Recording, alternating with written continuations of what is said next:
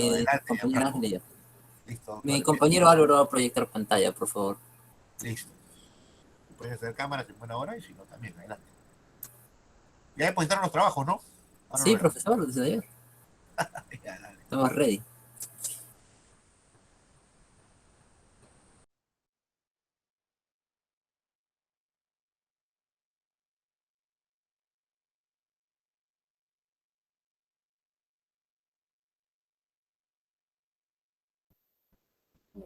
Buenos días, profesor. Buenos días, compañeros. El día de hoy vamos a exponer sobre Roma y Cartago, una rivalidad en el Mediterráneo. Los integrantes son el compañero Gianfranco Herboso y Ángela Pérez, quien les habla. Siguiente, por favor. Bien, vamos a hacer una pequeña introducción y nos vamos a situar en el siglo III a.C. en el Mediterráneo, donde Roma y Cartago serán los protagonistas de las llamadas guerras púnicas. Estas guerras son tres y son guerras que van a significar mucha inversión económica, mucho desgaste físico. Por ejemplo, la primera guerra duró alrededor de 23 años, la segunda guerra duró 17 y la última duró 3 años. También pues vamos a hablar un poco del contexto, son los temas que vamos a abordar. Vamos a ver los primeros contactos, la época en la que se encontraban tanto Roma como Cartago previo a las guerras púnicas. Después vamos a dar algunas nociones sobre la infantería romana. Son diversos elementos logísticos en los que podemos incidir. Sin embargo, nos vamos a centrar en el aparato humano y también en el caso de Cartago en el empleo de los elefantes. Y finalmente vamos a finalizar también con el desarrollo de las tres guerras púnicas, las causas y lo que significaron. Siguiente, por favor. Bien, en primer lugar, habría que hacernos esta primera pregunta. ¿Por qué la denominación de guerras púnicas? ¿No? Esto se debe al origen de los cartagineses, debido a que Cartago fue fundado por emigrantes fenicios. Entonces, la palabra púnico viene del latín punicus, que significa fenicios. Luego de conocer esto, vamos a conocer un poco más de Roma y Cartago. Por ejemplo, tenemos a Cartago, que era una potencia comercial, por lo tanto tenía diversas técnicas de navegación y sus dominios estaban en Cerdeña, en Córcega, en Sicilia. Sin embargo, también los cartagineses tenían una mala reputación debido a las prácticas que eran llamadas barbáricas, por ejemplo, el sacrificio de humanos, ¿no? Sobre todo de niños, en nombre de Tanit, por ejemplo. Hay otro dato también, es que Cartago tiene una fundación mítica, ¿no? El mito al que se hace referencia nos dice, ¿no?, que la princesa Elisa huye, ¿no?, desde Tiro, y ella pues se entrevista con el príncipe africano y le solicita terrenos, ¿no? Una vez que le solicita terrenos, este le dice, por ejemplo, que le va a dar tanto terreno como ella pueda cortar la piel de un buey, ¿no? Aparentemente, pues este príncipe lo que hace es subestimar las habilidades de esta princesa y ella puede cortar la piel de este buey en finísimas capas y el área que se tiene es un área extensa donde se habría fundado Cartago, ¿no? Entonces, vemos aquí también el protagonismo que tienen los mitos, ¿no? Tienen esa función de explicar, de justificar la realidad que se vive o se está por vivir. Y ahora vamos a Roma, ¿no? Roma era un poder relativamente nuevo que estaba consolidando su poder en la península itálica. Obviamente, a diferencia de Cartago, no tenía una vocación marítima, sin embargo, tenía una influencia de las diversas culturas del Mediterráneo, ¿no? A diferencia, por ejemplo, de Cartago, que Cartago era considerada como una ciudad cosmopolita, en realidad los romanos pues se caracterizaban o se basaban en la unidad de su territorio. Siguiente, por favor. Bien, Vamos a hablar sobre los primeros contactos que tuvieron tanto Roma como Cartago. Al parecer comenzaron en la época republicana y también se dieron porque tuvieron aliados en común como los etruscos, ¿no? Vamos a ir con el primer tratado que se firmó en el año 509 a.C. con los cónsules Junio Brutus y Marco Horacio. Este tratado nos dice que los romanos no podían navegar más allá del Bello Promontorio. En cambio, en Sicilia gozaban de iguales derechos, había paridad. Después, en cuanto a los cartagineses, ellos no podían atacar a los pueblos de la península ni tampoco el territorio de Lacio. Asimismo, si en caso ellos lo hicieran, pues tenían la obligación de devolver todo el territorio conquistado a Roma. En cuanto al segundo tratado, en el año 348, ¿no? Son las mismas condiciones de este primer tratado, pero hay algunas cláusulas que se van a añadir. Por ejemplo, los nuevos aliados de los cartagineses como Tiro y Útica, y el límite ya no solamente va a incluir el Bello Promontorio, sino que ahora va a ser hasta Mastia, Terción y Cerleño. Y también está incluido Libia, ¿no? Esto produce que Roma se pueda consolidar en el territorio de Lacio. Siguiente, por favor.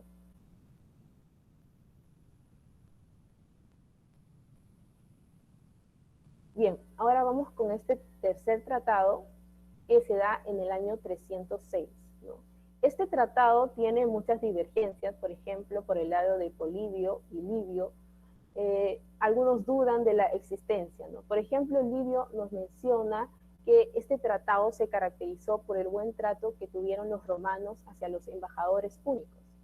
En cambio, Polibio nos dice pues que esto no es así e incluso pone en duda la veracidad de este tratado, ¿no? Sin embargo, este tratado firmado en el año 306 tiene una novedad, ¿no? Que es que Roma no podía incursionar en el territorio de Sicilia, ¿no? Y obviamente, al suceder esto, tampoco lo podía hacer Roma en la península itálica. Y finalmente está el cuarto tratado en el año 279 a.C. y la motivación es el desembarco de Pirro, que va a venir a socorrer a las ciudades, a las colonias de la Magna Grecia. En esta época, tanto Roma como Cartago tenían conflictos bélicos y entonces no les convenía entrar en más conflictos, ¿no? Por eso es que lo tienen, ¿no? Acuerdan una ayuda mutua y no solo eso, sino que también podían intervenir militarmente si fuese necesario, ¿no? Además, este financiamiento corría a cuenta de quien brindara la ayuda.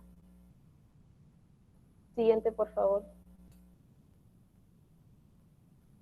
Bien, luego de haber conocido un poco sobre Roma, los tratados que firmó con Cartago, ahora vamos a hablar un poco de la infantería romana. Por ejemplo, Roma tenía dos grandes fuentes en los que organizaba su ejército, que eran los varones libres, que eran de su población, y también de los pueblos provenientes de la península itálica.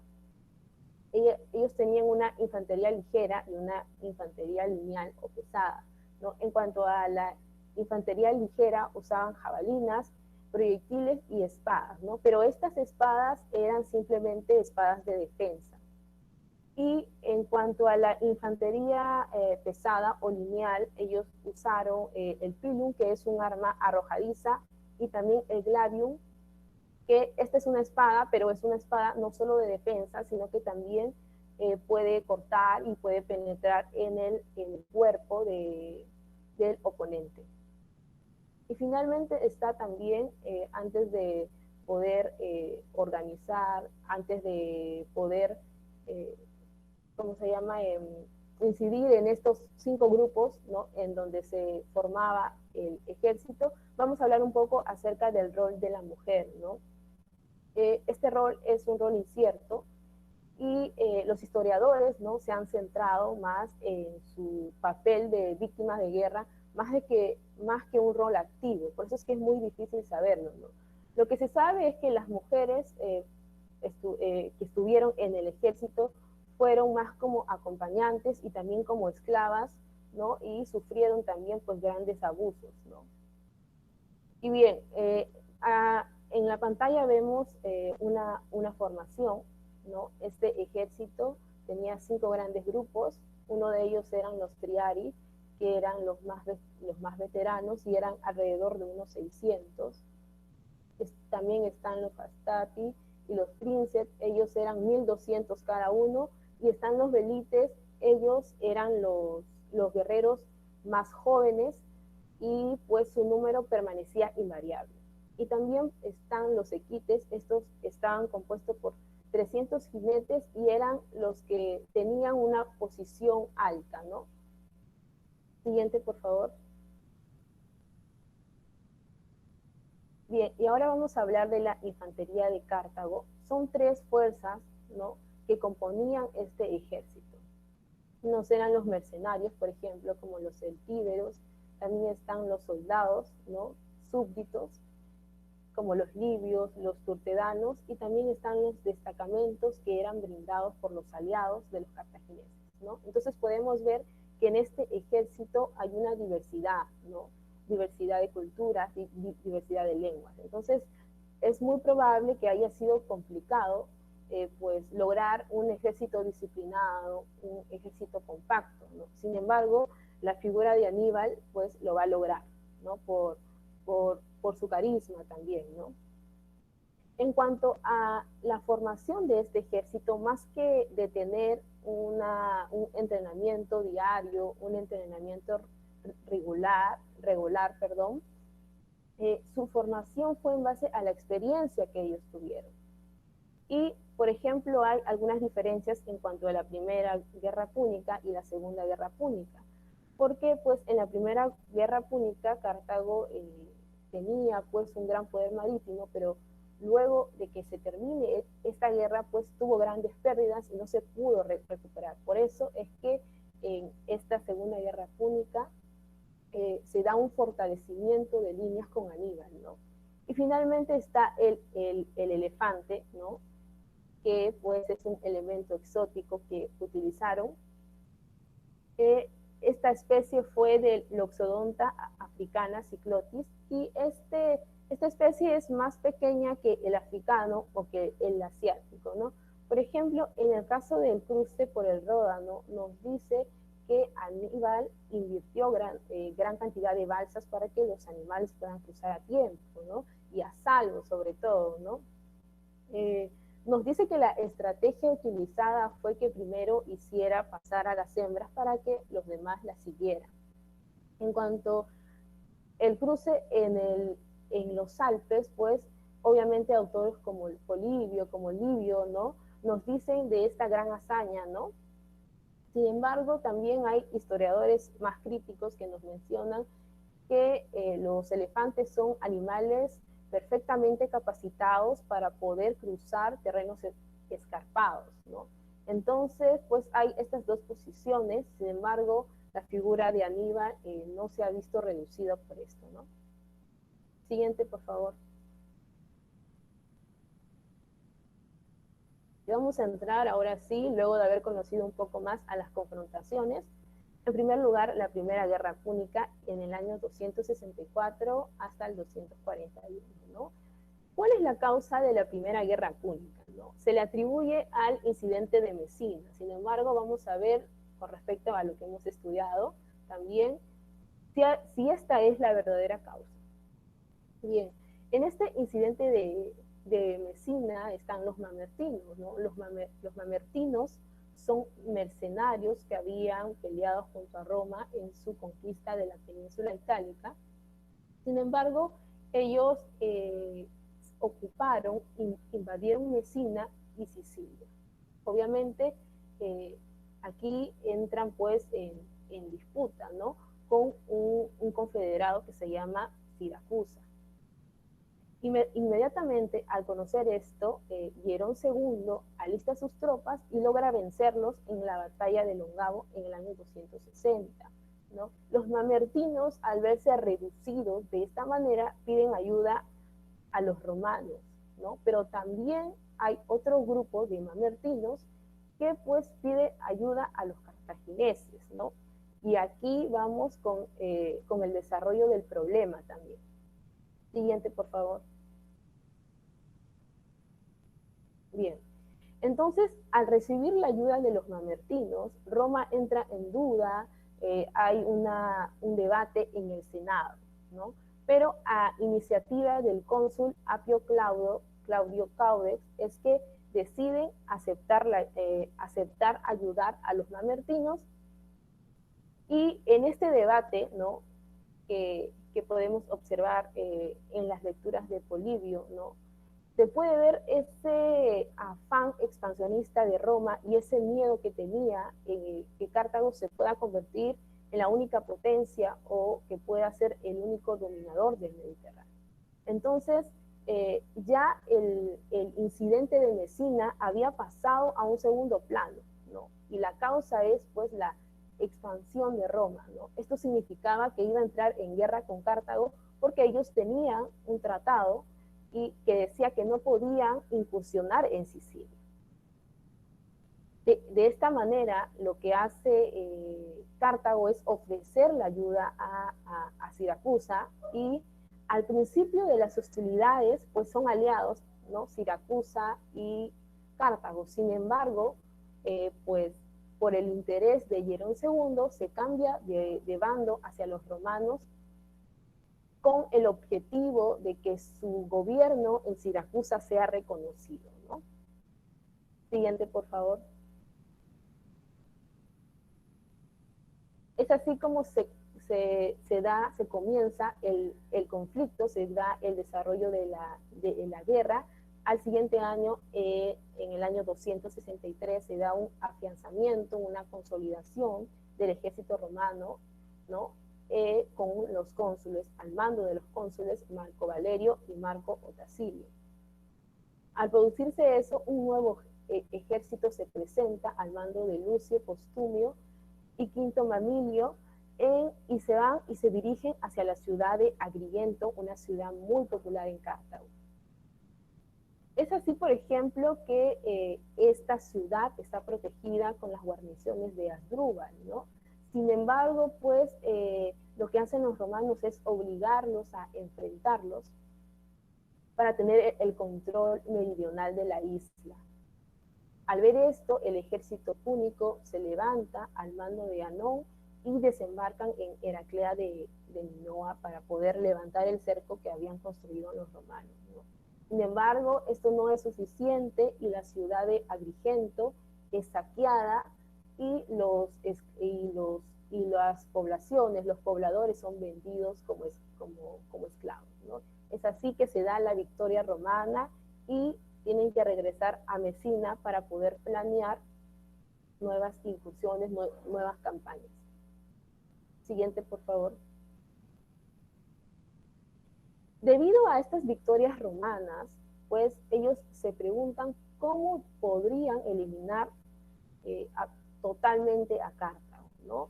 Y obviamente, pues el punto clave es el gran poderío marítimo que tenía Cartago. Entonces ahí es donde ellos tenían que atacar. Ahora, ¿qué tan posible era esto también, ¿no? Entonces los romanos comienzan la construcción de embarcaciones, ¿no? Con ayuda de sus aliados, y se preparan alrededor de 300 embarcaciones. Ahora, acá hay un artefacto clave que es el Corvus, ¿no? El Corvus es un artefacto que funciona como un puente móvil y puede anclarse debido a los garfios de hierro. Entonces, de esa manera, esa superioridad terrestre que tenía Roma la trasladó hacia el mar. Es así, pues, que en la batalla de Milas, al mando del cónsul Cayo Duilio, los romanos consiguen la victoria. Luego de esto, hay un periodo de estancamiento en donde la ofensiva romana y la ofensiva cartaginesa no logran grandes victorias. Entonces aparece la figura de Jantipo, ¿no? Que es un mercenario espartano que es contratado por los cartagineses, ¿no? y él logra capturar a Atilio Régulo y le devuelve pues el poderío terrestre y naval que tenía Cartago. Otra de las pérdidas o de las grandes pérdidas fue de los romanos fue en la batalla de Drépana. Sin embargo, más que una responsabilidad en la manera de organizar, ¿no?, el ejército, pues a este cónsul Publio Claudio Pulcro, ¿no?, es acusado de sacrilegio. Entonces aquí podemos ver un punto importante, ¿no?, el de la religión, el de los ritos que ellos tenían, porque él fue acusado, ¿no?, de no ser cuidadoso, ¿no?, con los pollos sagrados. Bien, siguiente por favor. Vamos a entrar a la etapa final, ¿no? Pues había una gran pérdida económica, ¿no? Entonces lo que hacen los romanos es pedir financiamiento a la ciudadanía, ¿no? Es así como al mando del cónsul Lutacio se dirigen hacia Sicilia con el fin de detener los suministros cartagineses, ¿no? Ahí se encontraba Amílcar, quien estaba resistiendo el triángulo entre las ciudades de Ninive y Drépana. Inmediatamente se produce la respuesta púnica debido a que estaban perdiendo los suministros, pero esto no es suficiente y son vencidos en las Islas Legadas. De esta manera se pone fin a esta primera guerra púnica. Inmediatamente pues se produce o los cartagineses son obligados a retirarse de Sicilia para iniciar las negociaciones. Siguiente, por favor. Y se da el Tratado de Lutacio en el año 241, ¿no? Esta es una cita sacada del texto de Polibio. Y este tratado obviamente perjudicó totalmente a Cartago, perdió pues Sicilia, Cerdeña, Córcega, también tenían que devolver a los prisioneros romanos y tenían que pagar pues talentos a los romanos, eran alrededor de 2.200 talentos, ¿no? Entonces este fue el inicio de la crisis de Cartago. Siguiente, por favor. Y vamos a finalizar esta parte de la exposición con el periodo entre guerras en el año 241 hasta el 219 a.C. Aquí hay, pues, luego de que Cartago haya perdido esta guerra, haya perdido también grandes fuentes de riqueza, pues hay dos partidos políticos en Cartago que están enfrentándose siempre, que son pues los partidos de Anón y también de Amílcar, ¿no? A esto se le suma pues una revuelta de mercenarios que no iban a recibir los beneficios que se habían acordado. Es así que inicia una revuelta que es comandado por Mato y Expendio, ¿no? Anón obviamente pues no puede vencerlos, ¿no? Es ahí cuando se le entrega el mando a Amílcar y él pide ayuda romana, también pues tiene nuevos aliados. En primera instancia logra vencer a Expendio, pero no es suficiente porque no llega hacia Mato. Es así que pues esta ayuda que le brinda Roma a Cartago, ¿no? Le envía víveres, le envía también tropas, es totalmente perjudicial para ellos porque la isla de Sarda, ¿no? Dio la oportunidad perfecta de poder independizarse, ¿no? Y los de Sarda le piden ayuda a los romanos. Obviamente los romanos van a aceptar y le van a declarar la guerra a Cartago. Cartago, por las condiciones en las que se encontraban, no podía aceptar esa declaración de guerra, entonces renuncian y entregan la isla de Sarda. Nuevamente los intereses romanos, ¿no?, salen a florecer. Luego de esto también hay un periodo de las guerras ilíricas, ¿no? Los romanos ven una oportunidad de poder afianzar su posición en el Adriático y que es conocido por la presencia de los piratas, por ejemplo, de Dalmacia, de Iliria, ¿no? Es un terreno muy peligroso. Sin embargo, se van a dar las llamadas guerras ilíricas, y en la primera se encuentra Teuta, ¿no? Teuta es viuda de Agrón y ella se ve confiada en la alianza que tenía con Demetrio II, y también ella pues no pensaba que las tropas romanas iban a tener éxito, ¿no? Entonces pues se equivoca totalmente, puesto que Demetrio II muere, nunca llega la ayuda, y su sucesor pues es un niño de 5 años. Entonces de esa manera Teuta huye, renuncia a sus posesiones, y también se compromete a que sus naves no vayan más allá del actual Alesio. Y en cuanto a la segunda guerra ilírica, está Demetrio de Faros, ¿no? Con una gran tropa de piratas. Sin embargo, pues termina huyendo a Macedonia. Y finalmente está la conquista de Iberia, ¿no? Cartago había perdido grandes fuentes de riquezas, minerales, de recursos. Es entonces que aparece, ¿no?, en esta península una oportunidad, ¿no?, una oportunidad de resurgir, y que ellos no lo tenían planeado, ¿no? Encuentran grandes riquezas mineras, y de esta manera pues comienza a resurgir. Los romanos también están siempre vigilando esta situación, ¿no? Se produce la muerte de Amílcar, ¿no? Y a la muerte de Amílcar, pues Asdrúbal firma un tratado, ¿no?, en donde la parte del río Ebro será para el norte, será de influencia romana, y del sur de influencia cartaginesa. De esta manera, pues, una segunda guerra está a punto de estallar. Eso es todo por mi parte. Ahora le doy el pase a mi compañero Gianfranco. Gracias, compañera. Siguiente diapositiva, gracias. Bueno, la Segunda Guerra Púnica. Antes de inmiscuirme en el tema, quiero recalcar acá una pequeña frase del joven general cartaginés, dueño de grandes hazañas en el mundo antiguo. La victoria fue siempre para quien jamás dudó. Probablemente el gran Aníbal lo haya usado en diferentes de sus contiendas, ¿no? Llámese Canas, por ejemplo, su mayor contienda militar. Pero pienso yo que en vez de entenderlo estrictamente en el sentido bélico, esta frase puede confluir mucho más que nada en el ámbito personal. Jamás hay que rendirnos y jamás hay que dudar que podemos. Siguiente diapositiva, por favor. Bueno, la importancia y trascendencia de esta fase de las contiendas púnicas, yo lo he dividido en dos. En primer lugar, es que inicia la expansión romana sin precedentes. Pongámonos a pensar, ¿qué tal si el general cartaginés hubiera tenido éxito en su campaña? Toda la cultura se hubiera centrado en Oriente, ¿no?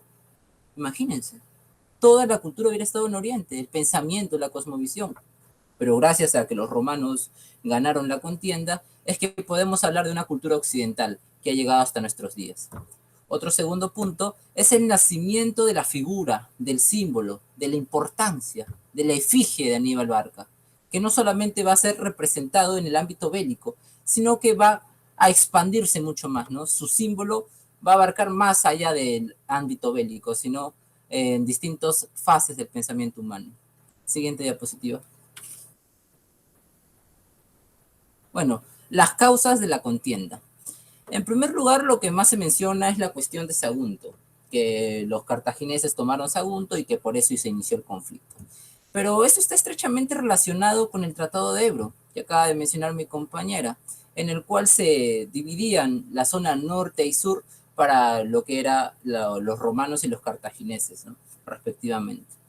Pero esto ha traído varias controversias entre los principales interpretantes de lo que son las guerras púnicas, como era Polibio, por ejemplo, el cual señala que solamente había esta limitación, ¿no?, que los cartagineses no podían pasar esta línea, pero otros, como lo eran Tito o Livio, señalan que había una especie de cláusula en donde se representaba o se defendía las cuestiones saguntinas, y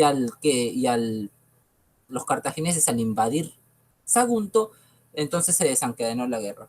Y hay otros más contemporáneos que señalan que el río Ebro no era el que está actualmente, ¿no? Sino estaba más al sur. Así que los cartagineses invadieron e incumplieron el tratado. Yo no defiendo mucho esta posición, pero vale mencionarlo, ¿no? La hermenéutica siempre es importante. Otro de los factores está la supremacía en el Mediterráneo. Era notable que dos potencias que en un principio podían convivir, pero más adelante, debido a que se estaban armando mucho más, su hegemonía crecía, ya no, esa convivencia no era factible. Así que pelearon también por la supremacía en el Mediterráneo. Y otra, no menos importante, es el revanchismo cartaginés. Como lo sabemos, ¿no? Amílcar Barca, el padre de Aníbal, se vio prácticamente obligado a renunciar a la Primera Guerra Púnica, ¿no? A perder Sicilia, pese a no haber perdido el conflicto, ¿verdad? Se vio prácticamente obligado a renunciar. Este odio que ya fue él cultivando hacia los romanos, no solamente va a abarcar a él, sino lo va a infundir en sus hijos. Una clara muestra está que, según Polibio relata, el juramento de odio que hizo Aníbal con tan solo 9 años hacia Roma.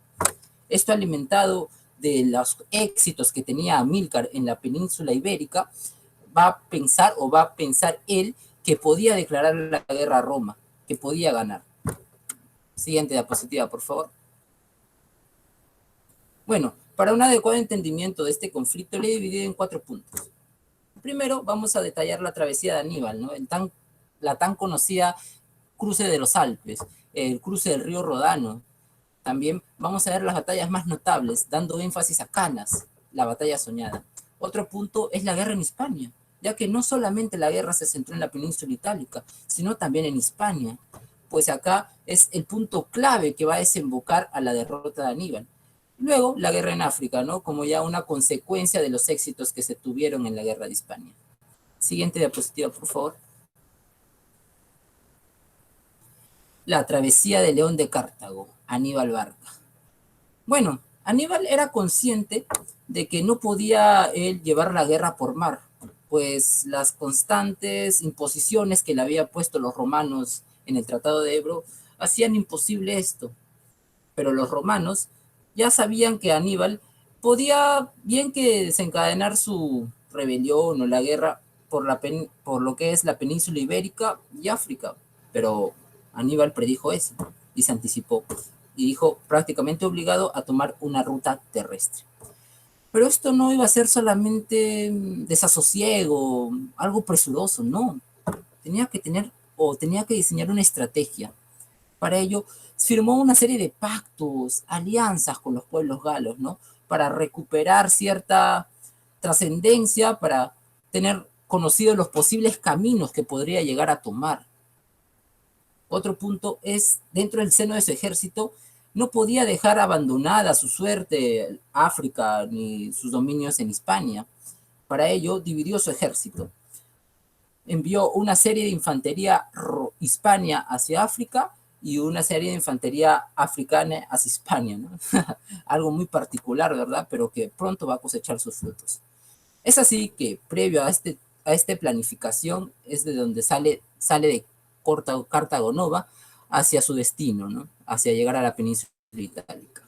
Para ello cruza los Pirineos primeramente, pero antes de ellos habían acontecido una serie de conflictos entre principalmente tribus aliadas a los romanos, en el cual Aníbal, consciente de ello, dejó al mando de Hispania y de sus posteriores conquistas a sus hermanos, Asdrúbal Barca principalmente.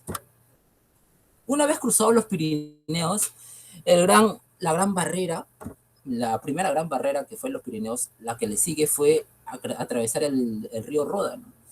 A pesar que contaba con gran cantidad de caballos, y a la avenida del acecho, que venía a ser el romano, el cónsul para esa época, Escipión. Para ello diseñó una especie de balsas, que logró cruzar, tan anecdótico como siempre, el río Ródano. Después de cruzar el río Ródano, se viene la mayor travesía que queda guardado en los mayores libros de historia, el cruce de los Alpes. Un cruce enigmático. Hasta ahorita se sigue investigando las posibles rutas que haya podido tomar, pero el detalle es que lo cruzó, y esto lo llegó a tener ansias hacia lo que es la ciudad de Roma. Siguiente diapositiva, por favor. Las batallas notables. Bueno, una vez cruzados los Alpes, se suscitaron una serie de batallas. que van a estar a la sombra de Canas, pero que no por ello van a ser menos importantes. En primer lugar, la batalla de Tesino, donde Aníbal se enfrenta a Publio Cornelio Escipión, padre, ¿no?, del africano. Aquí, este constituye el primer gran golpe para Roma, pues de esta dependía en gran parte las ayudas galas que permitían recobrar el ejército que había perdido Aníbal a través del cruce de los Alpes. Es por ello que esta victoria, que se dio mayormente por el éxito de su caballería, va a tener grandes frutos, que pues los galos van a ayudar a la causa cartaginesa. Otra batalla notable es la batalla de Trebia, en donde Aníbal se enfrenta contra Sempronio, el nuevo cónsul, el cual es conocido como el Presuroso, ya que está a punto de finalizar su mandato, el mandato de cónsul, y vencer a Aníbal hubiera sido un gran prestigio, hubiera constituido, bueno, que se le honrase, ¿no? Pero debido a ello es que se le denomina el Presuroso, porque como sea trató de vencerlo, ¿no?, sin diseñar una estrategia previa. Aníbal, consciente de ello, diseñó un plan, el cual escondió a su hermano Magón Barca para que atacase por sorpresa, y con ayuda de su caballería númida llegaron a vencer. Pero esta puede considerarse una victoria pírrica, ¿no?, porque gran parte de los soldados romanos lograron reponerse, lograron reconstruirse. Y a esto hay que contar también las grandes pérdidas que tuvo el ejército cartaginés. Así que es una victoria pírrica, ¿no? Bien que se ganó, pero con grandes pérdidas. Luego, la batalla de Trasímeno. Aníbal se enfrenta contra Flaminio, el que es conocido como el Orgulloso, pues se dejaba guiar bastante por la opinión pública. La estrategia de Aníbal fue la ratonera. Se escondió su ejército en una especie de hundimiento, mientras provocó al ejército romano con su caballería. Ellos cayeron al acecho, se dirigieron a ese hundimiento y toda la tropa cartaginesa salió y los venció, ¿no? A esta batalla trajo como consecuencia la muerte del cónsul y se diseñaron nuevas políticas en relación a los prisioneros. En primer lugar, a los prisioneros aliados a Roma se los dejó libre, como una campaña propagandística, ¿no?, de que Aníbal era el salvador. En cambio, a los prisioneros romanos se los trató como esclavos. Siguiente diapositiva, por favor. Canas, la batalla soñada. Permíteme citar acá a uno de los principales investigadores, Wolfsgorki, que nos relata, ¿no?, la caída de Cartago y da énfasis en Canas. Canas continúa siendo una de las batallas más famosas que jamás hayan librado, con referencias frecuentes en la literatura moderna militar, hasta el punto de que las tácticas de Aníbal se enseñan todavía en las academias militares en que se preparan actualmente los oficiales. Es ahí la trascendencia. Canas no solamente se queda en la edad antigua, Canas trasciende, incluso hasta nuestra edad contemporánea. La figura de Aníbal es incluso seguida por Napoleón, por Julio César, y la batalla de Canas va a ser su principal victoria militar. Siguiente diapositiva, por favor. Bueno, las estrategias de Canas. Por parte de los cartagineses, dominados o comandados por Aníbal, la estrategia fue encerrarlos a los romanos en la media luna, encerrarlos con su caballería y su infantería. También convertir la superioridad numérica de los romanos, la supremacía militar, en un obstáculo, lo cual va a llegar a conseguirlo. Y además, ver un lugar idóneo, el cual eran las llanuras de Canas, para que su caballería se desenvuelva con total normalidad, en su máximo, con una máxima productividad. Por parte de los romanos, comandados por los nuevos cónsules Paulo Emilio y Terencio Berrón, reclutaron el mayor ejército nunca antes conocido, que consistía en 8 legiones romanas, y la estrategia era la alternancia de pabellones, que luego va a perjudicarlos en gran manera, porque dirigir el ejército un día un cónsul y el siguiente día otro va a perjudicar mucho, más que nada en el plano estratégico. Ellos querían un ataque directo, ya que el ataque de esperar, que había sido hecha por el dictador Fabio Máximo, era muy criticada en Roma, ¿no? Porque nosotros sabemos que el pensamiento romano es siempre ir al ataque, una guerra directa. Y las medidas que había tenido el dictador Fabio perjudicaron mucho en el orgullo romano. Bueno, Una vez culminado su mandato, se le criticó. Es por eso que entraron estos dos nuevos cónsules, ¿no? Que establecieron otra vez el ataque directo. Pero lamentablemente no va a dar sus frutos. Aníbal ya conocía eso. Siguiente diapositiva, por favor. Bueno, la estrategia de Aníbal fue ejecutada a la perfección. Se encerró a los romanos porque ellos tenían una gran infantería, ¿no? Estaban empujando a los cartagineses más y más. Los cartagineses, en consecuencia de la presión, se fueron hundiendo y luego los dos flancos de caballería númida llegaron y los encerraron. Fue una masacre, una victoria aplastante de los cartagineses hacia los romanos. Es considerada la mayor catástrofe política, militar y demográfica de la historia de Roma. Esta victoria le permitió a Aníbal tener el camino libre a la ciudad de Roma, que por enigmáticas razones no acechó. La guerra en Hispania también es un punto importante. Hay que señalar que no solamente fue la península itálica, el punto de quiebre de Aníbal va a ser la guerra en Hispania. Franco, una consulta, disculpa que te interrumpa, porque me salió pero excelente tu... ¿Quién claro. fue el jefe romano de esa batalla, de esa carnicería que cayó en esa trampa? No te escuché bien esa parte. ¿Quién fue? Pero ¿puedes regresar la diapositiva, por favor? Voy a explicar. Sí, Bueno. sí, qué bueno. ¿Quién fue? Regrésalo, por favor, una más. Bueno, como le dije, no estaban comandados por Pablo Emilio y Terencio Barrón, el cual habían ejecutado la táctica de alternancia de pabellones. O sea, primero iba a dirigir uno un día y el siguiente día otro, ¿no? Esto perjudicó, como lo mencioné previamente, en el ámbito táctico, estratégico. Aníbal ya lo conocía. Ya, por favor, regresa a la guerra en Hispania. La guerra en Hispania, como lo dije, ¿no? Este constituye un punto de quiebre para Aníbal, pues acá se van a dar las principales victorias romanas. Para el año 217 a.C., donde Aníbal ya estaba teniendo, pues, notoriedad, fueron enviados Publio Cornelio Escipión y Egneo para la resistencia, ¿no? Para no dejar libre Hispania. Ellos estaban encargados de pactar alianzas, ganar territorios, y lo van a lograr, ¿no? Porque van a reconquistar incluso Sagunto, lo reconquistan. Y también tratan de evitar que se manden refuerzos a Aníbal. Paso que van a lograr de manera parcial, ¿no? Ante esto, Aníbal, conocedor de ello, se formó el triple ejército cartaginés por los dos hermanos de Aníbal y Asdrúbal Giscón para reactivar la guerra en Hispania. Esto va a constituir un grave golpe para los romanos, pues los van a derrotar en las llamadas batallas de Betis Superior, ¿no? Donde incluso caen los dos hermanos, Publio y Egneo, perdiendo todos los territorios que habían ganado. Ante esto surge la figura de Publio Cornelio Escipión, conocido a futuro como el africano por sus grandes victorias. Este era hijo del fallecido en batalla Publio Cornelio Escipión. Era hijo y es el más notable, ¿no? Él va a ser el futuro, el mayor enemigo de Aníbal, el que lo va a vencer. Entre sus obras más destacadas está la toma y conquista de Cartago Nova, la principal centro militar administrativo en Hispania de los cartagineses. Lo conquista. También vence a los cartagineses en Vacuola y Eilipa, ¿no? Eilipa va a ser más trascendental porque esta derrota va a constituir la finalización del dominio cartaginés en suelo hispánico. Una vez finalizado el dominio cartaginés, se van a poner en miras otros rubros, el cual va a ser la guerra en África. Siguiente diapositiva, por favor. La guerra en África, como lo mencioné, es producto del éxito de Escipión en Hispania, constituido por sus grandes victorias. El comandante romano desembarcó al norte de África.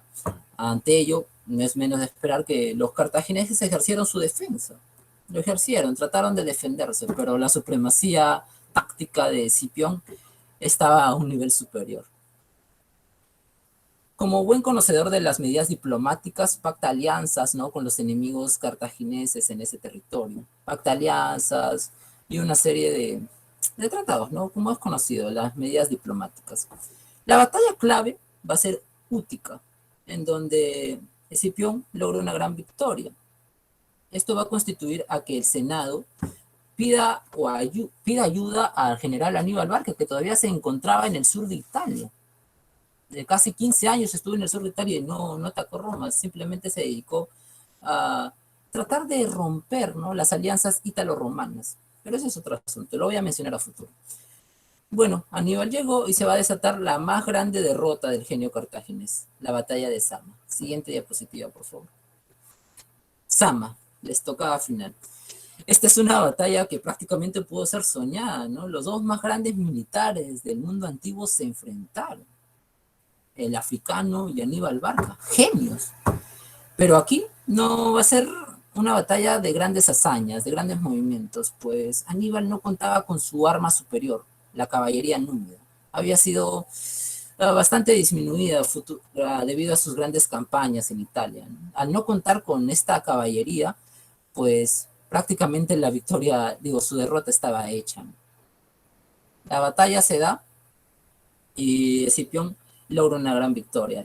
Los romanos logran imponerse y los cartagineses caen, siendo este el fin de Aníbal Barca. Lamentable, ¿no? El mito cae. Siguiente diapositiva, por favor. Bueno, la Tercera Guerra Púnica. Una vez firmados una serie de tratados para pactar la paz después de la Segunda, se imponieron ciertas cosas, ¿no? Para los cartagineses. No podían declarar la guerra si es que no estuvieran autorizados por Roma, ni para defenderse incluso. Habían perdido gran dominio en el Mediterráneo y los romanos ya se encargaron de toda Hispania, ¿no? De explotar los recursos. Pero a pesar de todo, los cartagineses estaban resurgiendo. No como la potencia que estaban antes, pero estaban resurgiendo poco a poco. Y esto lo vieron con recelo los romanos. Un más grande que podría resumir este recelo que tenían es Catón, al señalar: Cartago debe ser destruida en cada comicio o asamblea que tenían. Bueno, debido a esto es que los romanos trazaron una especie de estrategia.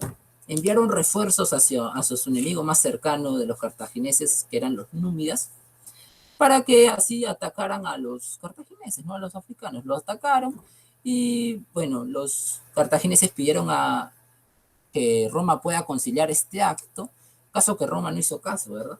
Y bueno, se desató ahí el conflicto, los cartagineses atacaron a los númidas, pretexto para lo cual los romanos declararon la guerra. Al mando de Escipión Emiliano, pues destruyen Cartago, acabando de esta forma el dominio de Cartago como un estado independiente. Incluso hay relatos que mencionan que fue tal ese odio, ese recelo, que se sembró sal para que nunca más crezca nada en Cartago. Siguiente diapositiva, por favor. Bueno, como lo dije, ¿no? Hace poco, ¿por qué Aníbal no acechó Roma cuando tuvo la oportunidad? ¿Por qué no acabó con ellos? Seguro es uno de los enigmas más grandes de la historia. Quizás hasta ahorita a nosotros, a mí en particular, me llama la atención. ¿Por qué no lo hizo?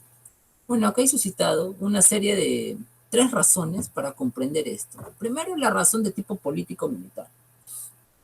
Roma usó un método innovador, ¿no? En la antigüedad, el cual consistía en la guerra total, en la guerra directa. No se rendían fácilmente. Ellos no buscaban la paz, no.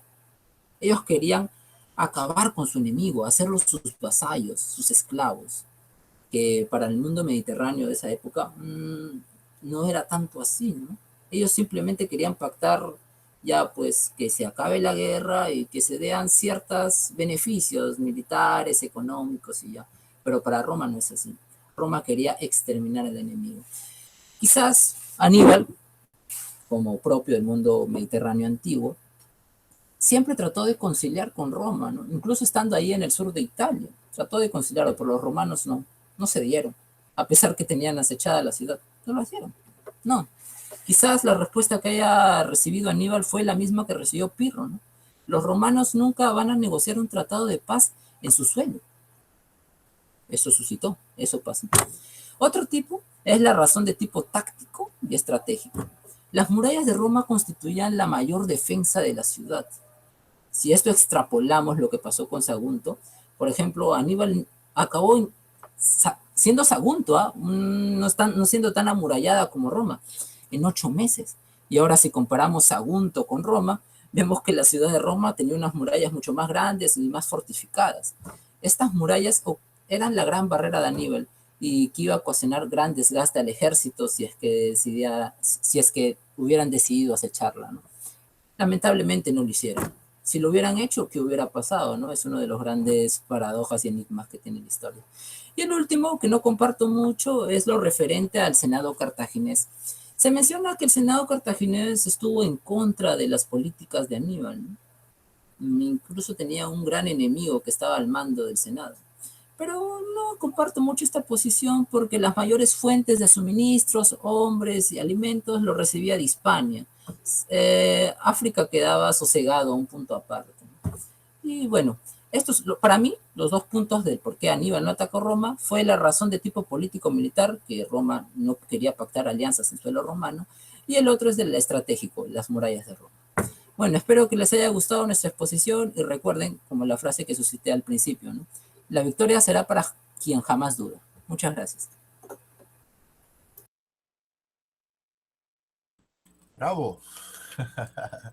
Bravo, bravo. Muy, muy bien planteado el trabajo. ¿Ah? Está muy, muy bien expuesto. Y sé que hay varias preguntas. Sí, sí, también me gustó la frase con la cual inician su trabajo de Word, ¿no? Sobre los leones. Ese Marco Espinel, ¿quién es? ¿Ah? No, no, no me suena. El que han puesto en el Word, Gianfranco y Ángela. ¿Qué profesor? Que disculpe, no le Es la entendí. frase sobre los leones. Son ¿Cuál profesor? dos leones enfrentándose uno al otro, ese que está en la introducción de su trabajo Ah, de... bueno, es de un libro, profesor. Mi compañera Ángela lo colocó. Para así. Sí, sí, sí, está bien bonito. A ver, Muy bien. espero que les guste nuestro trabajo. Nos hemos esforzado mucho. Por lo menos nos ha gustado. Mira, te han felicitado. Está Fer, está Carlos Daniel, Álvaro Daniel. Muy bien, muy bien. A ver, juventud, mira, hay una pregunta interesante sobre la batalla de Canas, Carlos Daniel Méndez, ¿no? Que sale como jefe de batalla en Canas a Escipión. A ver un poquito si nos puedes ampliar el tema de la batalla de Canas, quiénes eran los jefes. Creo que por ahí va la pregunta de Carlos Daniel. Y ya, empezamos con las preguntas. Disculpe, profesor, no le entendí bien. ¿Cuál era la pregunta? Carlos Daniel, adelante por favor, a ver, ¿puedes Sí, sí, por formularla? favor, me lo podría Sí, decir. claro, Carlos Infórmeme. Daniel, ¿cómo estás? Adelante. Sí, buen día, profesor. Bueno, antes que nada felicitarlo, ¿no? A mis compañeros Ángela y al compañero Gianfranco por la buena exposición, ¿no? Muy interesante. Bien, en la batalla de Canas, bueno, yo también tengo entendido que, o había leído, ¿no? Que eran dos los generales principales, ¿no? Justamente los que habían mencionado, y que por la desesperación táctica, o bueno, por el hecho de tener reiteradas pérdidas bélicas, Roma, pues, usó su última arma de guerra aquí, ¿no? Y por eso se perdió la batalla de Canas.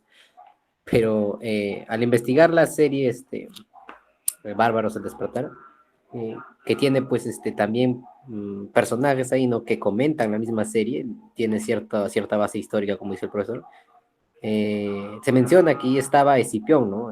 En este caso sería Escipión, el africano, ¿no? El que vence a Aníbal. Y entonces me creó una confusión, ¿no? Yo pensé que eran estos dos generales y luego me dice que estaba Escipión en la batalla. No sabía a quién creerle, ¿no?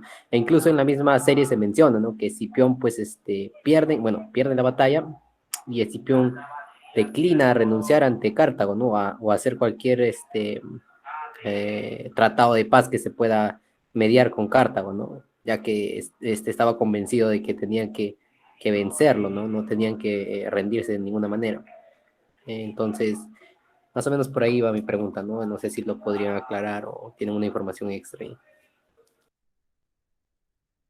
Bueno, tu pregunta más que nada está relacionada a la figura de Escipión, ¿verdad? El padre, ¿verdad? Bueno, como lo mencioné, ¿no? En la guerra estaba al mando de los dos nuevos cónsules. Escipión no tenía ahí una figura, ¿no? No tenía presencia. Donde tenía presencia Escipión es en la batalla de Tesino, donde salva la vida de su padre. Eso se menciona. Pero lo que acabas de mencionar no lo tenía entendido, disculpa. Y no, creo que no estaba todavía la figura de Escipión en africano. Profesor, también hay que tener en cuenta que las fuentes, pues, de estas guerras, de este periodo, es, por ejemplo, Polibio, ¿no? Que es una fuente directa. También destacan Livio, ¿no? Sin embargo, pues son muy pocas fuentes las que se tienen. De hecho, que va a haber de repente, pues, divergencias y también los trabajos que se han hecho posteriormente pues son basados en estas fuentes, ¿no? Que son muy pocas, ¿no? Entonces por eso también puede haber algunas diferencias, ¿no? Profesor, en ese punto también quiero mencionar algo, ¿no? Como lo acaba de decir la compañera, debido a que hemos tenido principalmente a los interpretadores que defendían la causa romana, se tenía una gran subjetividad y casi todo fue destinado a justificar los ataques de Roma, ¿no? Eso se puede demostrar primeramente en lo que es la cláusula del Tratado de Ebro, donde como sea, se trató de tergiversar los hechos para justificar la causa romana.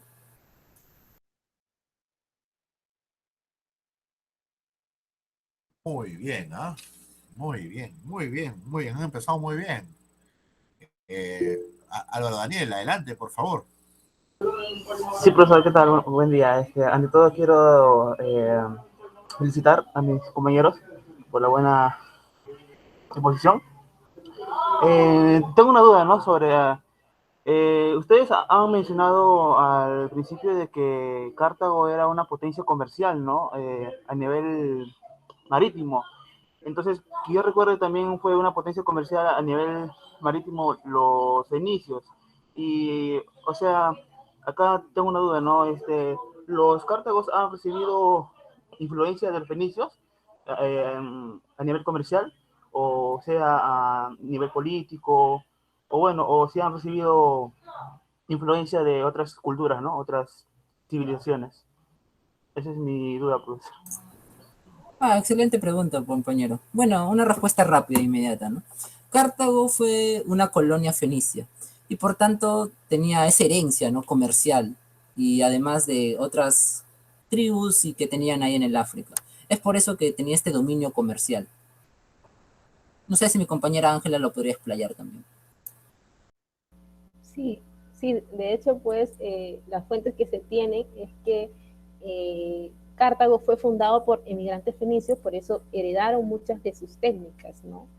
Entonces, bueno, algunas de las técnicas, por ejemplo, que quisieras compartirles es que ellos se guiaban, por ejemplo, de las rutas por una estrella polar, que era llamada la estrella fenicia también, ¿no? Esto es algo muy interesante, pues, ¿no? Esa cosmovisión que ellos tenían, tal vez, ¿no? Pero sí, ¿no? La respuesta es la que mi compañero dijo, ¿no? Que Cartago obviamente recibió influencia porque fueron descendientes de los fenicios, básicamente.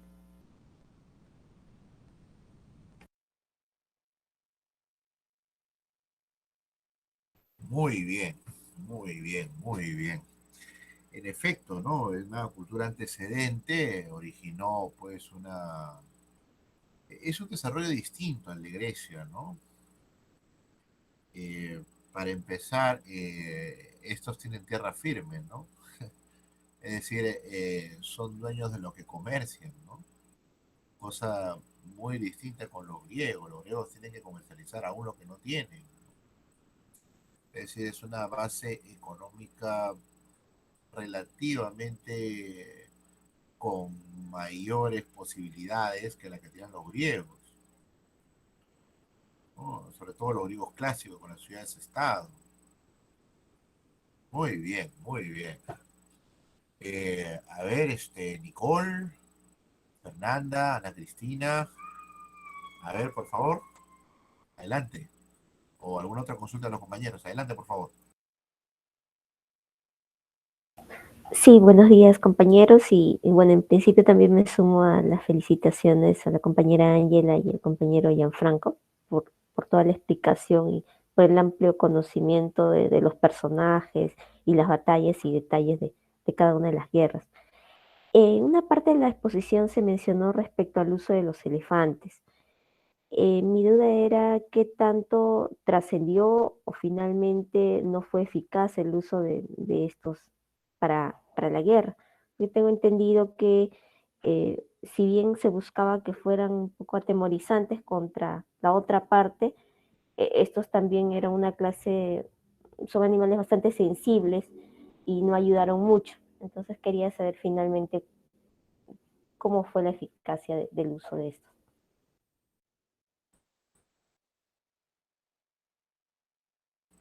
Adelante, sobre la eficacia y el uso de elefantes en la guerra. Adelante, jóvenes. Gianfranco Ángela.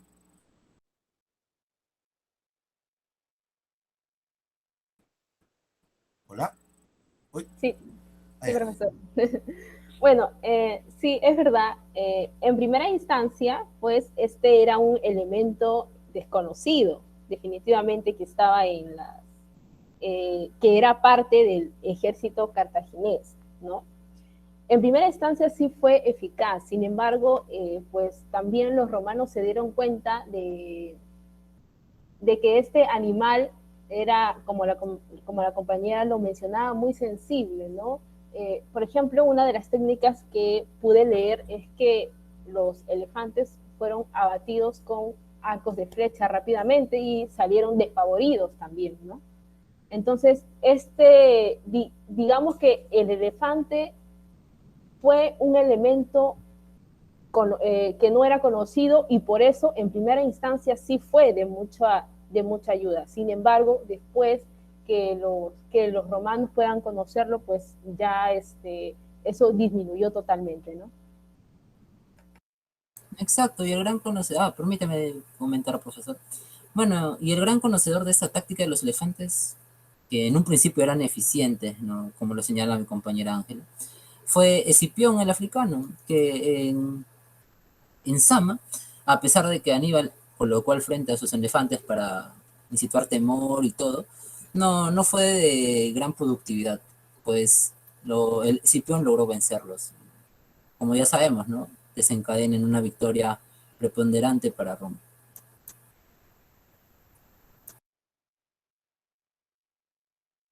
Muy bien, muy bien. El tema de la escritura de las batallas también me ha sorprendido, ¿no? Gratamente. Eh, el detalle con el cual los compañeros narraron algunas de las batallas más significativas, a las cuales inclusive le agregaron el tema de las estrategias, ¿no? Y que algunas de ellas inclusive fueron estudiadas hasta el siglo XIX, lo cual daba pues una preponderancia en verdad muy detallada sobre todo el esfuerzo y sobre todo el giro que daba pues esta lucha entre estos dos grandes ejércitos, ¿no? Muy bien, muy bien, muy bien. ¿Alguna otra pregunta? Gracias, Ana Cristina. Muy buena tu participación. Juan Guillermo, Ronald, Nicole, Alejandro Leoncio.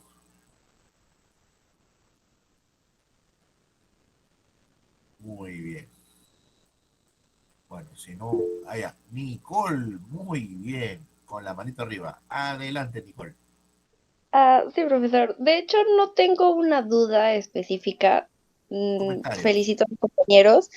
Sí, va a ser un comentario porque no tengo una duda. Me ha parecido bastante clara la exposición, cómo la han desarrollado. Em, para no redundar en lo que ya han comentado mis otros compañeros y lo que han preguntado, me gustaría, digamos, hacer un comentario respecto al, digamos, como mencionó mi compañera Ángela, al rol de la mujer dentro de ese espacio, ¿no?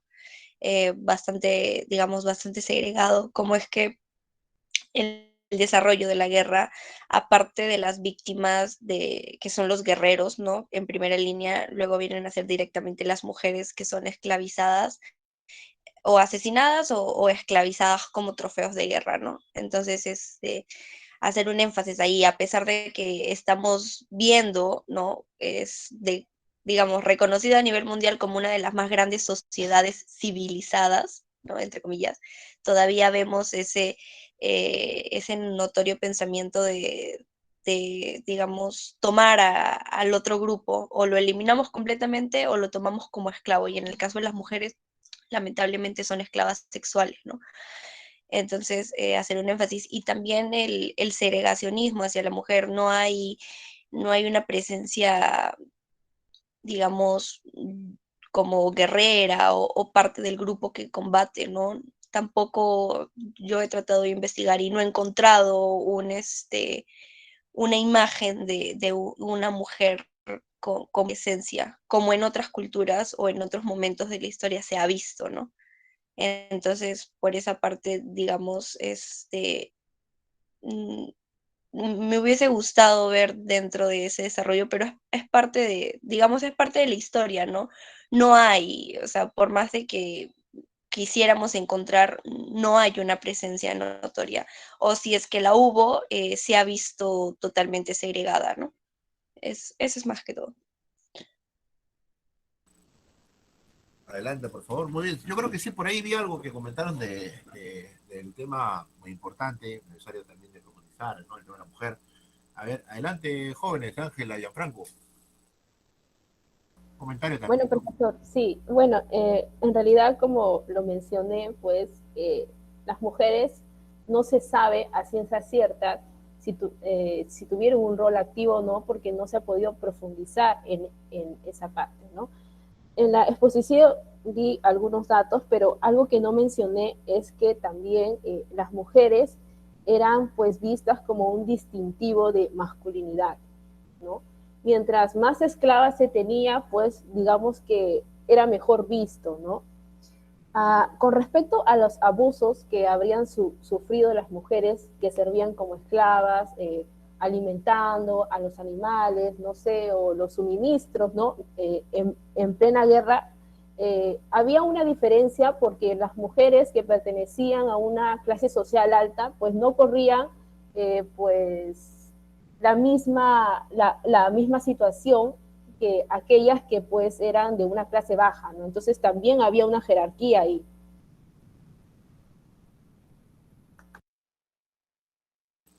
Muy bien, el tema de la jerarquización social también incluía el tema de la jerarquización entre las mujeres, ¿no? Y sí, o sea, hay que hacer una profundización y una, no sé si relectura, pero de los textos antiguos, ¿no? Para poder hallar específicamente las particularidades muy importantes o la vida cotidiana o el esquema básico de relaciones sociales, ¿no? Porque aún entre esclavas había esas estratificaciones. Eh, sí queda, como bien menciona tanto la Mayara Nicole como Ángela que contestó, que queda todavía seguramente mucho más hilo por seguir trabajando, ¿no? Por cierto, Ángela y Gianfranco ya están con su nota tanto de exposición como de trabajo final. Ya está en el casa, ¿sí? Y que ahí lo pueden ustedes verificar, los felicito. Muy bien, Nicola, muy pertinente, bienvenida, muy bien. A ver, creo que nos faltan solamente Fer, Alejandro, Ronald, Dominique. ¿Cómo estás, Dominique? ¿Qué tal? Dominique. Muy bien, muy bien. Bueno, entonces, si ya no hubiese, bueno, ha sido una ponencia bastante extensa y está bien, también se necesitaba. Se ha hablado sobre las guerras, se ha hablado sobre la vida política, se ha hablado sobre algunas condiciones de la sociedad, sobre todo Cartago. Se ha hablado inclusive brevemente de algunas biografías, lo cual está bien, porque si no el tiempo no hubiese alcanzado. Así que yo considero que ha sido una ponencia muy buena. Una sugerencia particular nada más, a ver si lo pueden, le he puesto ahí un consejito, ¿no? Si se puede resolver en 15 o 20 hojas para ver si algo podemos hacer junto con los trabajos de los griegos, dos o tres que están por ahí también muy simpáticos. Pero sugerencias, si se puede bien, y si no, pues también, ¿no? ¿Ok? Pero buen trabajo. Para mí también está todo clarísimo, Fer. Muy bien, muy bien, muy bien. Entonces, avancemos un poco. La próxima semana exponen quiénes. A ver, vamos a ver quiénes exponen la próxima semana. Sí, vamos a ver por acá quiénes exponen. Estoy cargando. Ya,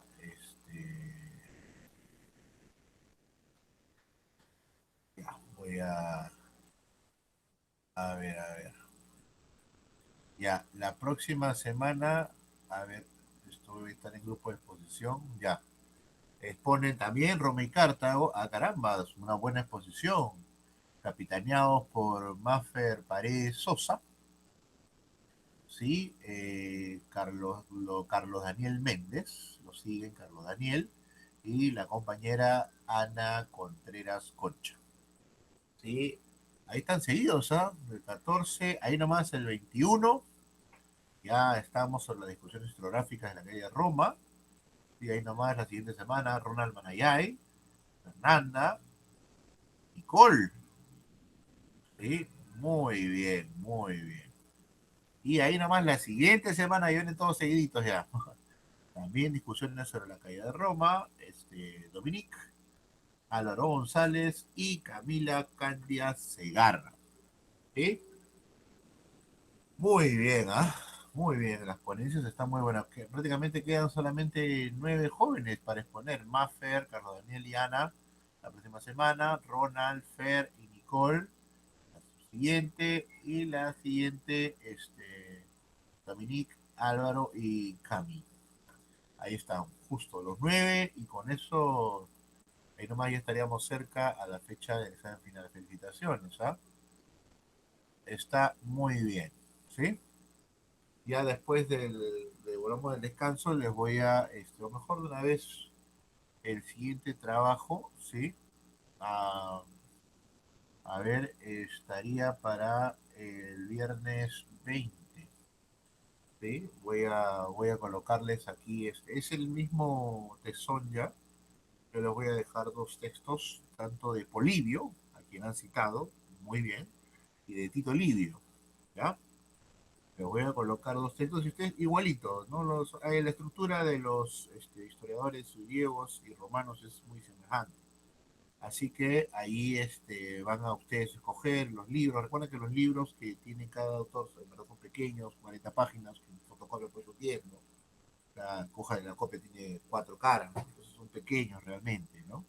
Me gustó muchísimo, como les digo, el trabajo. Estoy haciendo unas consultas para ver qué hacemos con algunos de esos trabajos que están muy bonitos, ¿ya? Y no hay que perderse, ¿no? Nuestros trabajos no se pueden perder. Algo haremos, aunque sea algo sencillo, pero algo haremos, ¿ya? Por eso le pedí, ¿no? Esto está muy bien. Los ponentes que a veces pueden checar un poquito, ¿no? Una especie de cuaderno, soltaría yo al final. ¡Ay, ay, ay! Ay. A ver, Alejandro, adelante, por favor. No, no, mencionaba que yo contaría en la exposición Sí, final tú expones, sí, con... te mencioné. Tú expones después del grupo de Dominic, el 28 de agosto. ¿Sí? Ah, está bien, profesor, lo noto Sí, sí, entonces. sí, sí, sí, tú estás ahí. Gracias, profesor. Sí, no, no te preocupes. O sea, el 21 exponen, repito, está muy bien. El 21 exponen Ronald, Fer y Nicole. Y el 28 exponen Dominique, Álvaro y Cami. Y ahí nomás expone inmediatamente vuestro compañero Leoncio. ¿Sí? Y con eso se terminan todas las exposiciones. ¿Sí? Muy bien, yo la verdad que no tengo palabras, ¿sí? Está muy buena. Hasta ahora todas creo que tienen muy buena calificación, y la tienen porque hay un esmero pues evidente, ¿no? Muy bien, voy a dejarles de una vez las dos lecturas. Como saben, ya no puedo yo eh, compartir como antes, ¿no? ¿No? Pero lo voy a empezar a colgar. Denme un minuto, ¿sí? 1 o 2 minutos. Sino que hay ediciones que están muy bonitas. Uy, perdónenme, algo pasó con mi pantalla. A ver, 1, 2, 3, 4, 5, 6, 7. Ya, a ver, a ver, a ver.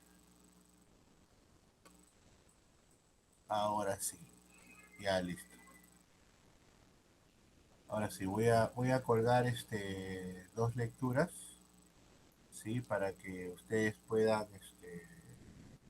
ahí es el mismo trabajo, ¿sí? Como saben, no puedo ya compartir por esta última actualización, así que lo voy a colgar. Voy a colocar en trabajos referenciales estos dos textos de estos romanos, ¿ya? Y ustedes ahí eligen, ¿ok? Denme un minuto. Ya. Lo estoy haciendo, solo que como bien saben no puedo compartir, ¿no? Este, Plutarco, Polibio y Tito Livio. ¿Sí? Ahí estoy colgando unos minutitos, por favor.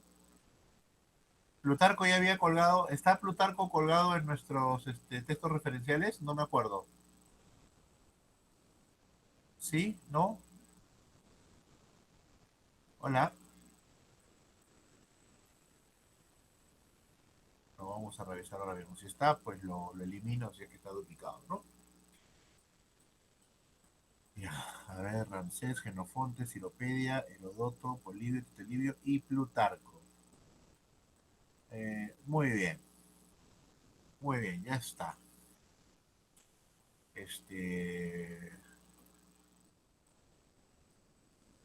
Vamos a ver, Plutarco también creo que habla de la temática romana. Sí, sí, sí, sí.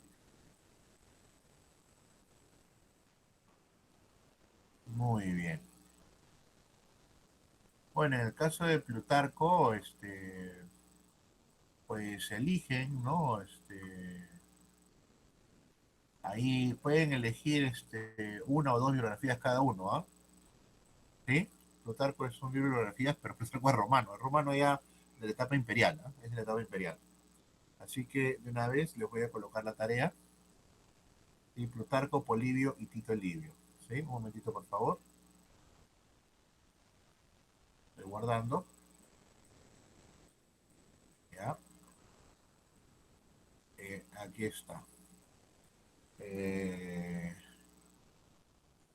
Análisis del libro de la misma, de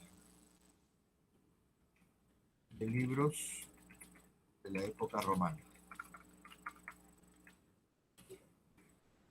¿Ya? La metodología va a ser la misma. Okay, muchas gracias. Uy, qué rico.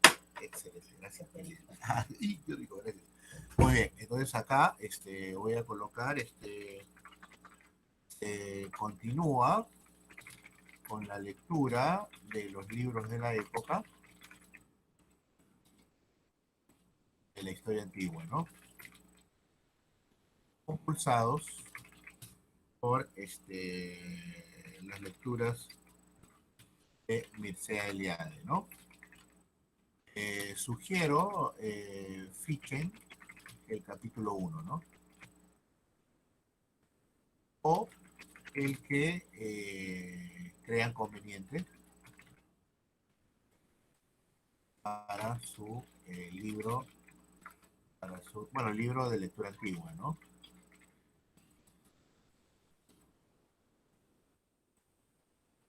¿No? Que es Polibio, Plutarco, Polibio, Plutarco y Tito Livio. En el caso de Plutarco, pues puede elegir biografías de Plutarco. Profesor, disculpe, las recomendaciones que está mencionando, ¿podría colocarlas dentro de...? Sí, es lo que estoy haciendo. Ah, Sí, lo que muchas sucede es gracias, que profesor. en la última, ya están los libros colgados, sino que en la última actualización que nos han hecho con el Google de la Universidad de San Marcos, ya no puedo compartir pantalla. Antes te acuerdas que compartía, entonces ahora ya no puedo. Y la fecha sí la voy a poner como siempre para 2 semanas, para el viernes 20. Sí, para el viernes 20 de agosto, como bien saben, hasta las 23:59. Listo, ya está. A ver, verifiquen por favor, ya está colgado. Sí, ahora sí. Ya está colgadito ya. Ahora sí. A ver, ¿quién tiene por ahí una buena máquina? Sí, a ver, o quién nos puede dar en la mano un alcance. Ana, Álvaro, Nicole, verifiquen, porfa. ¿Sí? Profesor, Eh, sí, ¿Ya este, están? ¿Los libros ya están? Porfa. ah, perdón. A ver, está en textos referenciales, lo he colocado. A ver, maestrazos. A ver, doctores. Carrera es toda una historia. O sea, perdón, la historia es toda una carrera. Profesor, no es tanto el de Tito Livio como el de Plutarco. Excelente. También Tito Livio, Plutarco y también está Polibio. Fíjate, por favor. Polibio, sí. Sí, Excelente, Polibio ya. también. Gracias, Nicole. Ahí hay un drive. Ah, ya, ¿verdad? Ahí también lo sube, por favor. Nuestro amigo Juan Guillermo nos ayuda. Lo subes, por favor, estimado. ¿Sí? Y ya está. Y ya está la tarea también, ¿no? Para de acá a 2 semanas. Ok, ya estamos ya analizando. O sea, la compulsa es la misma. Puede ser sugeriría el capítulo 1 del mito y retorno de Liade, pero si gustan, lean ustedes el capítulo que les dé la gana, ¿no? Lo fichan y lo compulsan con alguno de los libros. ¿Sí?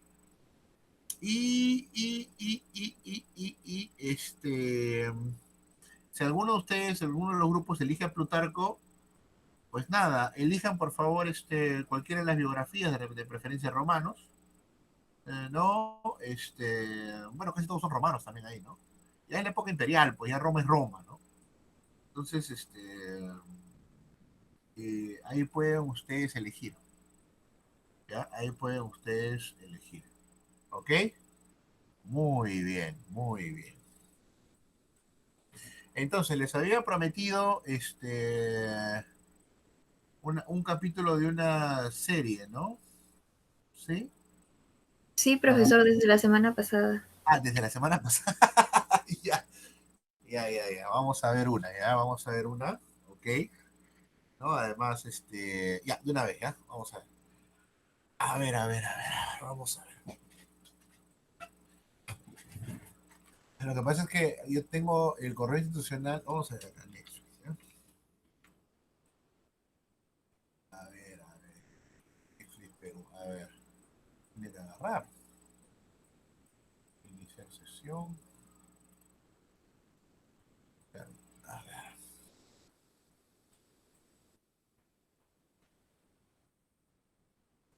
Ya. A ver, le preguntará. Lo que pasa es que. A ver.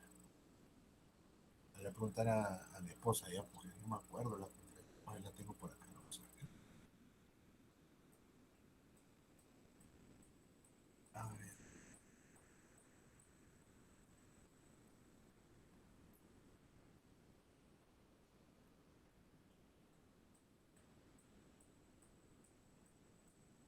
Ya la encontré. Allá.